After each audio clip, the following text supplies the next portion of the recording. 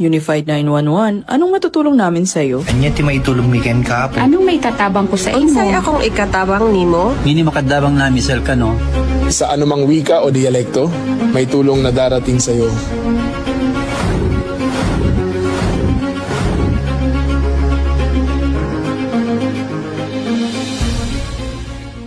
Lilingkod sa bawat Pilipino at magbibigay ng tamang impormasyon para sa tahimik at maayos na Pilipinas. Police News Network, alagad ng batas, tagapagtaguyod ng balitang pulis, sandigan ng mamamayan, patnubay ng katotohanan. Kampo Krame, maghahatid ng pinakahuling kaganapan at nagbabagang balita. Ito ang PNN Police News Network. At ngayon, ang inyong mga tagapagbalita. Magandang araw, bagong Pilipinas. Ako ang inyong alagad ng batas, tagataguyod ng balitang pulis. Ako po si Patrolwoman Resalie Umalay, maghahatid sa inyo ng tamang balita, kwento ng pulis at serbisyo para sa mamamayan. At ito ang PNP News Online, ang pangunahing balita ng Police News Network, alagad ng batas, tagataguyod ng balitang pulis.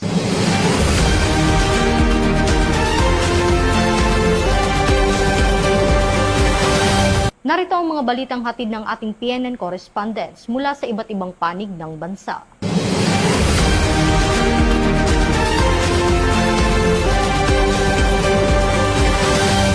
Sa patuloy na pagpapatibay ng ugnayan para sa kapayapaan at kaayusan, matagumpay na isinagawa ng Sorsogon Police Provincial Office ang oath-taking at Memorandum of Agreement signing kasama ang Anti-Crime Devotees o ACD Sorsogon Kasanggayahan Chapter. Formal na nilagdaan ang kasunduan ni na Provincial Director Police Colonel Alex C. Daniel at ACD President Par Juanito Figueroa bilang isang mahalagang hakbang sa pagpapalakas ng kooperasyon sa pagitan ng kapulisan at mga voluntaryong sibikong grupo. Sa pamamagitan ng pakikipagtuwang sa Anti-Crime Devotees o ACD Sorsogon Kasanggayahan Chapter, muling pinagtibay ng dalawang panig ang kanilang layunin na suportahan ang mga programang pangprebensyon sa krimen at pakikilahok ng komunidad, mga inisyatibo para sa kaligtasan ng publiko na naglalayong mapanatili ang kapayapaan at kaayusan sa lalawigan. Ang nasabing seremonya ay patunay ng patuloy na dedikasyon ng Sorsogon PPO sa pagbubuo ng matatag na ugnayan sa mga stakeholders tungo sa isang mas ligtas at maunlad na pamayanan. Mula dito sa Sorsogon Police Provincial Office, ako po si Police Corporal Chris Gupela para sa Police News Network. Bagong PNP para sa bagong Pilipinas, serbisyong mabilis, tapat at nararamdaman.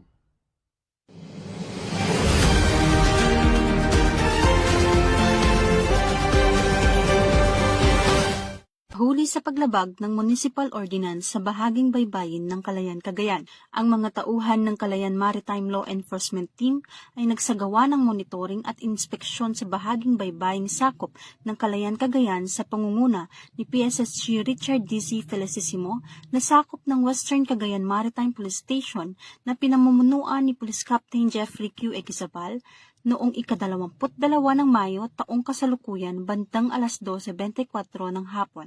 Sa isinagawang operasyon, naobserbahan ng mga operatiba ang isang bangkang nagsasagawa ng pangingisda at matapos ang masusing beripikasyon na pag-alamang walang kaukulang permit ang naturang bangka at maituturing itong hindi otorisadong pangingisda na lumalabag sa Section 31 ng Calayan Municipal Ordinance Number 120 Series of 2015, unauthorized fishing within municipal waters of Calayan, Cagayan. Dahil dito, nakumpiska ng mga otoridad ang mga sumusunod na kagamitan. Isang unit ng 18 HP Yamaha diesel engine na may tinatayang halagang 15,000 pesos, bangkang ginamit sa pangingisda na may tinatayang halagang 65,000 pesos at mga gamit sa pangingisda na may tinatayang halagang 5,000 pesos. Ang nasabing mangingisda kasama ang mga nakumpiskang kagamitan ay pansamantalang nasa kustodiya ng Calayan Maritime Law Enforcement Team at isasangguni sa tanggapan ng Municipal Agriculturist Office ng Calayan para sa maayos na dokumentasyon at wastong disposisyon. Ang PNP Maritime Group ay patuloy sa pagpapatupad ng batas upang maprotektahan ang ating yamang dagat at masiguro ang kaayusan sa baybaying bahagi ng ating nasasakupan. Ako po si Police Corporal Matilde A. Ateneo, PNP Correspondent.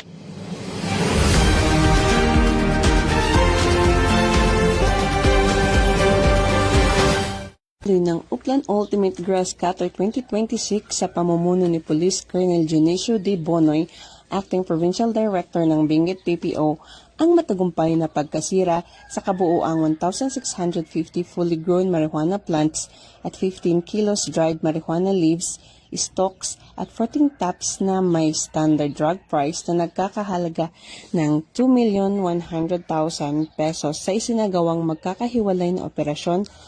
Natagpuan ang mga halamang marijuana at tuyong marijuana sa mga munisipyo ng Kapangan, Atok at Kibungan. Lahat ng mga ito ay binunot at sinunog sa lugar alinsunod sa wastong proseso ng dokumentasyon. Unang naaresto sa isinagawang operasyon, gayunpaman patuloy ang investigasyon upang matukoy at mahuli ang mga responsable sa ilegal na pagtatanim. Sa hindi matatawarang dedikasyon at pangako sa tungkulin, patuloy ang mas pinaigting na kampanya ng Benguet PPO laban sa ilegal na pagtatanim ng marijuana upang maprotektahan ang mga komunidad at mapanatili ang kaligtasan at kinabukasan ng lalawigan ng Benguet. Sa pamamagitan ng tuloy-tuloy na operasyon sa eradikasyon, nananatiling matatag ang Benguet PPO sa adhikain nitong makamit ang isang ligtas, mapayapa at drug-free na pamayanan. Bagong PNP para sa bagong Pilipinas, serbisyong mabilis, tapat at nararamdaman. Mula dito sa La Trinidad, Benguet, ako si Police Master Sergeant Beverly L. Pacas, ang inyong PNN correspondent, alagad ng batas, tagataguyod ng Balitang Pulis. Ng Police Regional Office 6, si Police Brigadier General Randolph T. Tuanyo bilang Acting Regional Director ng Pro 6 sa sinagawang arrival honor sa Camp General Martin Teofilo B. Delgado sa Iloilo City noong 25 ng Mayo taong 2026. Naging makulay at makahulugan ang pagtanggap sa pamamagitan ng cultural presentation ng Pro 6 Dinagyang Dancers na tampok ang mayamang kultura at tradisyon ng Iloilo City. Pinangunahan ang programa ng Command Group ng Pro 6 kasama ang mga opisyal at member ng Regional Staff at National Support Units. Matapos ang arrival honors, dumala rin si Police Brigadier General Tuanyo sa kanyang unang Monday flag raising at awarding ceremony sa Pro 6 Multipurpose Hall bilang bagong talagang Acting Regional Director ng Pro 6. Ito ang bagong PNP para sa bagong Pilipinas. Serbisyong mabilis, tapat at nararamdaman. Mula dito sa National Headquarters ng Philippine National Police, ako ang inyong PNN Correspondent, Patrolman Edwin Baris, alagad ng batas, tagataguyod ng Balitang Pulis.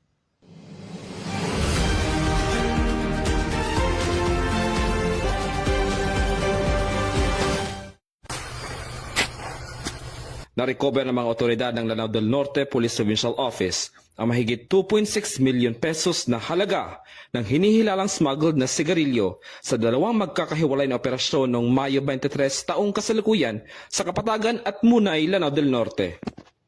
Anti-smuggling of cigarette, we have this two big operation. The one is worth over 600,000 while the other one is about 2 million.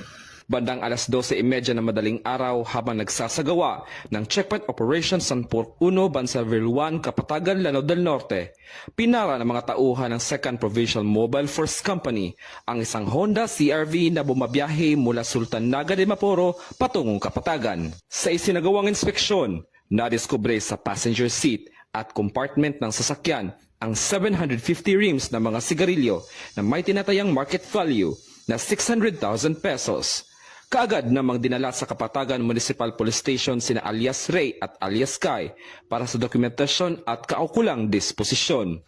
Samantala, bandang alas 11:05 ng umaga, nagsagawa rin ng checkpoint operations ang mga tauhan ng 1st Provincial Mobile Force Company, katuwang ang Maritime Police Station, Provincial Intelligence Unit ng LDNPPO, at 10th Maneuvering Company ng RMF-B10 sa Barangay Tambo, Munay, Lanao del Norte. Nang makupiska ang kahong-kahong kargamento sa loob ng 3 sasakyan, kabilang ang 2 Toyota Revo at 1 Isuzu Cruisewind. Sa masusing inspeksyon, natuklasan naglalaman ang mga sasakyan ng 50 master cases ng mga sigarilyo na may tinatayang market value na 2 million pesos.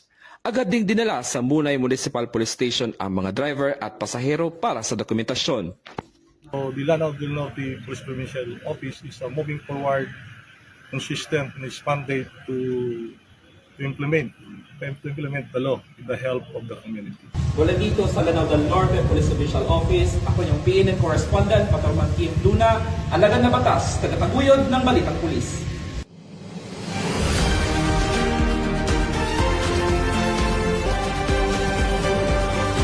At yan ang mga balitang nakalap ng ating PNN correspondents mula Luzon, Visayas at Mindanao.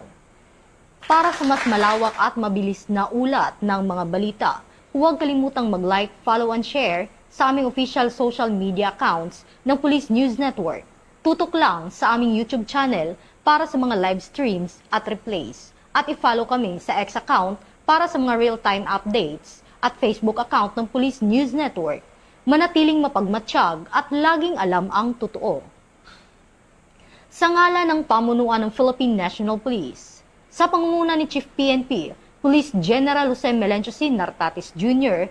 at sa pamumuno ni President Ferdinand Bongbong Marcos Jr., kami ay maglilingkod sa bawat Pilipino at magbibigay ng tama at balansing balita. Mula rito sa tanggapan ng tagapag-ugnay ng Pambansang Pulisya, ako ang inyong alagad ng batas, tagataguyod ng Balitang Pulis, Patrolwoman Resalie Umalay, maghahatid ng tamang balita, kwento ng pulis at serbisyo para sa mamamayan. At ito ang PNP News Online, ang pangunahing balita ng Police News Network.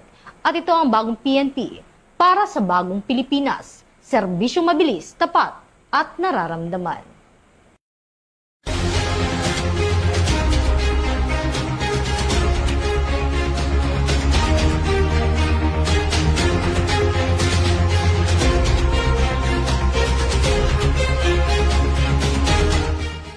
Police News Network, alagad ng batas, tagapagtaguyod ng Balitang Pulis.